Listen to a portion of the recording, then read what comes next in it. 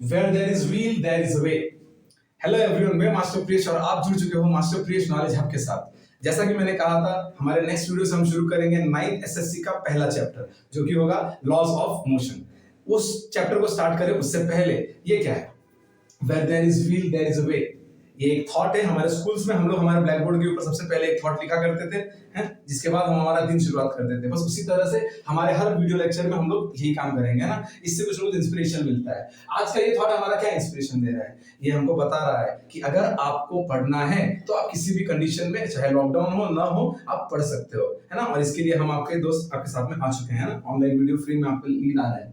Okay, सो आज हम शुरू करेंगे हमारा पहला चैप्टर, जिसका नाम है लॉज ऑफ मोशन। ठीक है, मेरी हैंडराइटिंग थोड़ी बहुत आप लोग को शायद पसंद आए या ना आए, उसको थोड़ा सा इग्नोर करेंगे हम लोग, है ना। बट बाकी जो कंटेंट है उस कंटेंट के ऊपर मैक्सिमम ध्यान देंगे। Laws of motion. Laws of motion, सबसे पहला मेरा क्वेश्चन ये होता है कि आपका जो टाइटल है वो टाइटल आपको क्या बता रहा है। आज से ये आदत डाल लो, चाहे आप मेरा लेक्चर करो, चाहे आप किसी का भी लेक्चर करो, चाहे आप कुछ भी पढ़ो, आपको ये आदत डालना है कि आपको सबसे पहले टाइटल को समझना है। बस इसी तरह से लॉज ऑफ मोशन का टाइटल आपको क्या बता रहा है, सर मोशन के कुछ नियम वगैरह, है ना। हाँ, तो जब हम लोग हमारे टाइटल को समझते हैं, ये मान के चलिए कि हम लोग हमारा 50% पोर्शन समझ चुके हैं।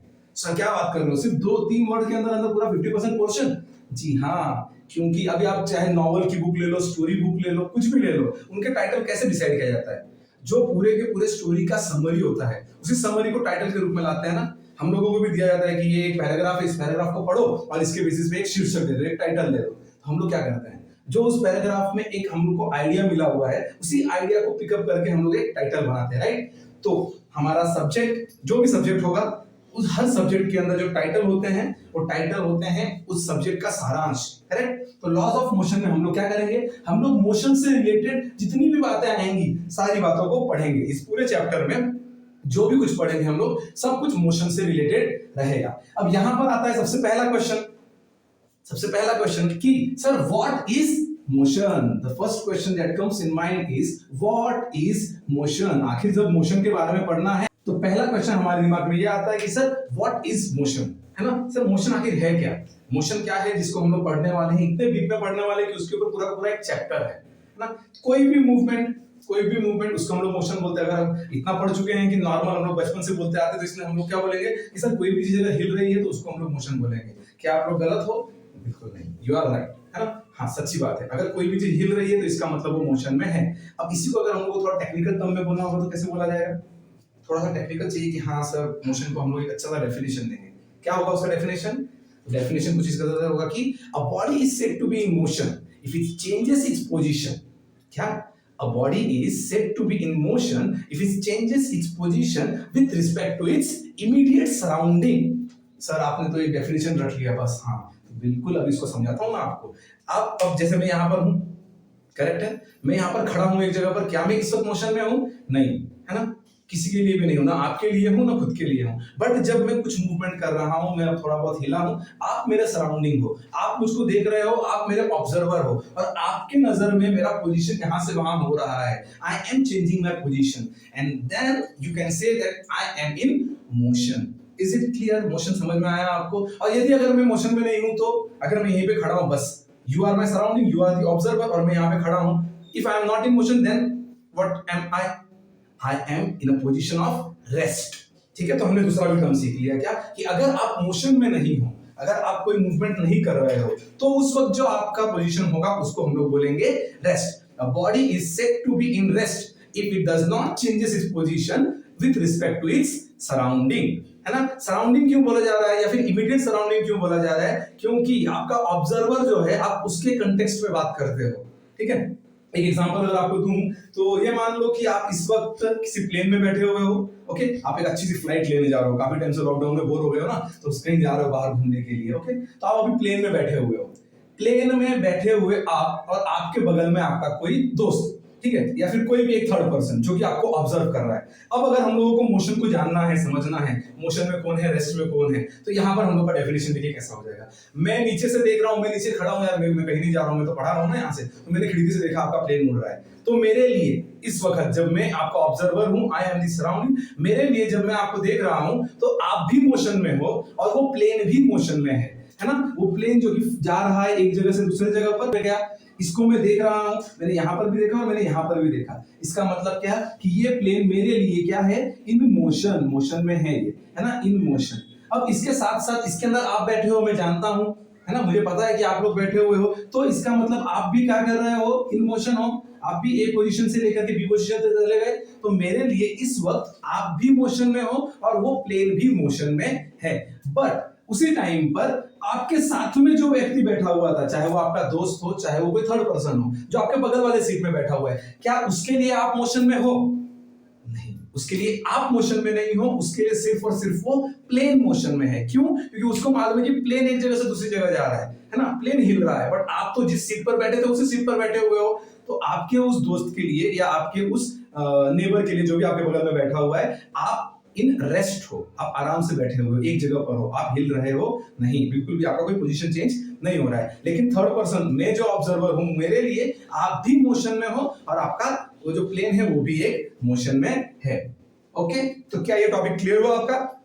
मोशन जो हमारा टाइटल है, वो टाइटल मोशन क्या है और रेस्ट क्या है। आई होप कि इतना आपको समझ में आ गया होगा कि मोशन क्या है और रेस्ट क्या है। एक और एग्जांपल ले लेते हैं हम लोग। ये मान लो कि एक चिड़िया है, अ बर्ड, है ना, वो चिड़िया अगर अपने घोंसले में बैठी हुई है तो क्या कर रही है, वो मोशन में है या रेस्ट में है?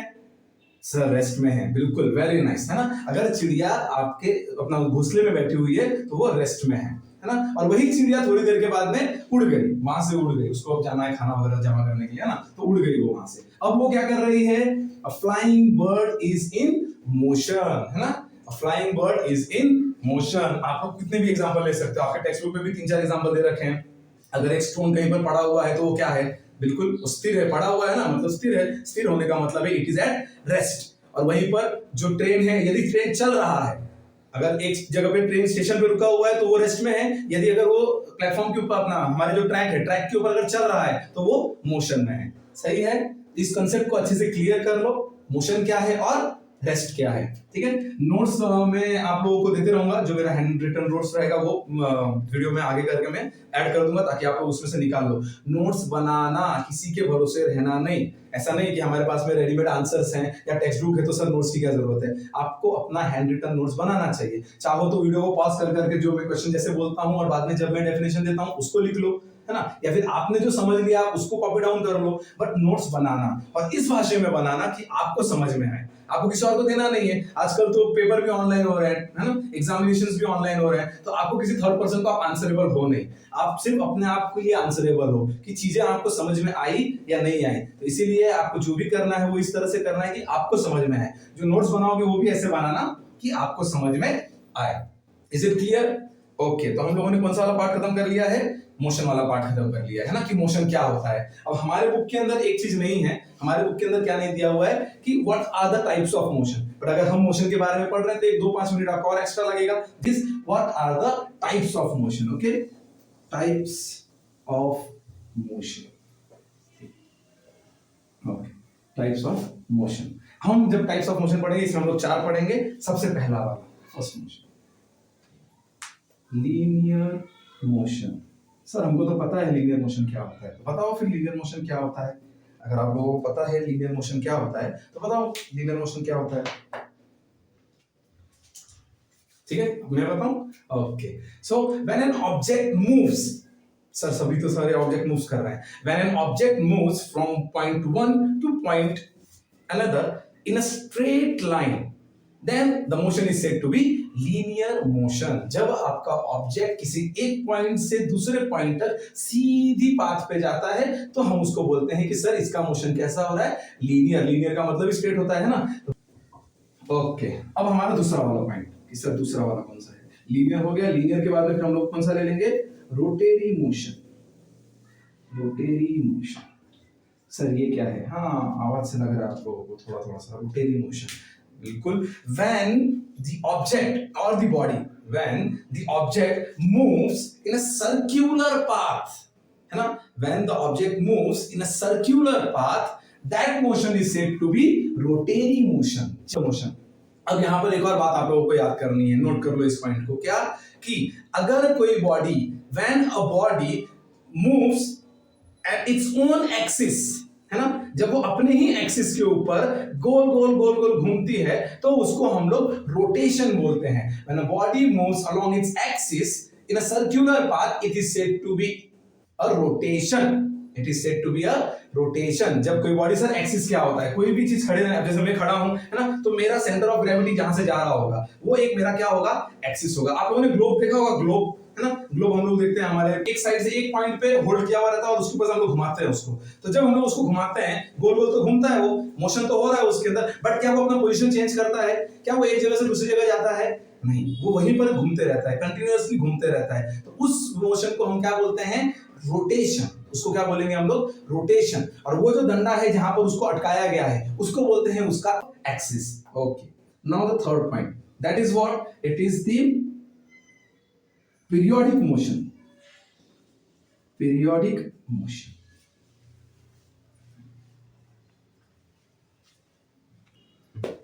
पीरियोडिक मोशन, अब हम लोग जो देखेंगे वो पीरियोडिक मोशन। अब पीरियोडिक मोशन भी आपको टाइटल ही सजेस्ट कर रहा होगा, है ना? पीरियोडिक मतलब क्या? पीरियड जो एक पर्टिकुलर पीरियड पे हो रहा है ना? तो ओके, हम लोग क्या बोलेंगे?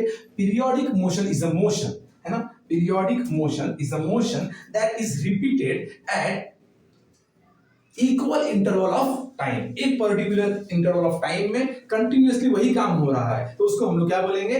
पीरियोडिक मोशन, है ना? समझ लो, ऐसा समझ के चलो कि आप कहीं जा रहे हो, हर आधे घंटे में आप, जैसा भी लेक्चर हो रहा है ना, हमारा क्लासरूम का जो लेक्चर होता है, हर आधे घंटे में टीचर आती है जाती है, आती है जाती है। तो ये क्या हो रहा है? हम लोग इसीलिए पीरियड बोलते हैं कि हमारा ये पहला पीरियड है, दूसरा पीरियड है। तो ये जो मोशन हो रहा है उसको हम बोलेंगे पीरियोडिक मोशन। करेक्ट है? किसी भी टाइम कोई भी चीज, आप जैसे अगर आपने बोल दिया कि कोई एक ट्रेन है जो पर्टिकुलर रोज इस टाइम पर आती है, तो उसको हम लोग क्या बोलेंगे? कि वो उसका पीरियोडिक मोशन है। करेक्ट है? So simple, periodic motion. अब इसके बाद में हमारा फोर्थ वाला आ जाएगा जिसका नाम क्या होगा? Oscillatory motion. Next is what? I hope कि आपको वहां तक का बोर्ड दिख रहा होगा। Okay, oscillatory motion. Oscillatory motion. Now what is oscillatory motion? When I'm saying about oscillatory motion, तो यहां पर हम लोग क्या बताएंगे? Oscillatory motion is the motion in which the object moves. Oscillatory motion is the motion in which the object moves to and fro, आगे और पीछे, at its mean position, अपनी mean position। mean position मतलब जो उसका मूल स्थान है, जो उसका मेन पोजीशन है, उस पोजीशन से आगे की तरफ, फिर वापस से पीछे की तरफ, है ना? ऐसा जो मोशन होता है उस मोशन को बोलते हैं ऑसिलेटरी मोशन, है ना? What is oscillatory motion? The motion in which the object moves to and fro from its mean position repeatedly is said to be oscillatory motion. इसका एग्जांपल कौन सा होता है? समझ लो कि आप झूलने के लिए गए हो, है ना? अभी तो लॉकडाउन में शायद नहीं जाने मिलता होगा, बच्चे भी बड़े हो गए नहीं जाते होंगे, पर जब हम झूला झूलते थे तो क्या होता था? जहां हम लोग बैठे, जब हम लोग जाकर के बैठते हैं तो वो हमारा मीन पोजीशन है ना? और जब झूलना शुरू कर देते हैं तो क्या होता है? एक बार आप आगे गए, फिर आप आते हो अपना मीन पोजीशन से वापस क्रॉस करके पीछे जाते हो, फिर आते हो। इस तरीके से जो आपका मूवमेंट चल रहा है, इस मूवमेंट को आप क्या बोलोगे? Oscillatory motion. Is it clear? Okay, तो यहां पर हम लोगों ने हमारे पहले लेक्चर में लॉ ऑफ मोशन को स्टार्ट कर दिया है। इसके अंदर मोशन क्या होता है ये हम समझ चुके हैं। एट रेस्ट कौन सी बॉडी होती है ये भी हम समझ चुके हैं, और बाद में थोड़ा सा एक्स्ट्रा नॉलेज के लिए हम लोगों ने टाइप्स ऑफ मोशन को भी कवर कर लिया है। अब हमारा जो अगला वाला लेक्चर होगा उस लेक्चर में हम लोग क्या करेंगे? डिस्टेंस एंड डिस्प्लेसमेंट और स्पीड एंड वेलोसिटी को कवर करने की कोशिश करेंगे।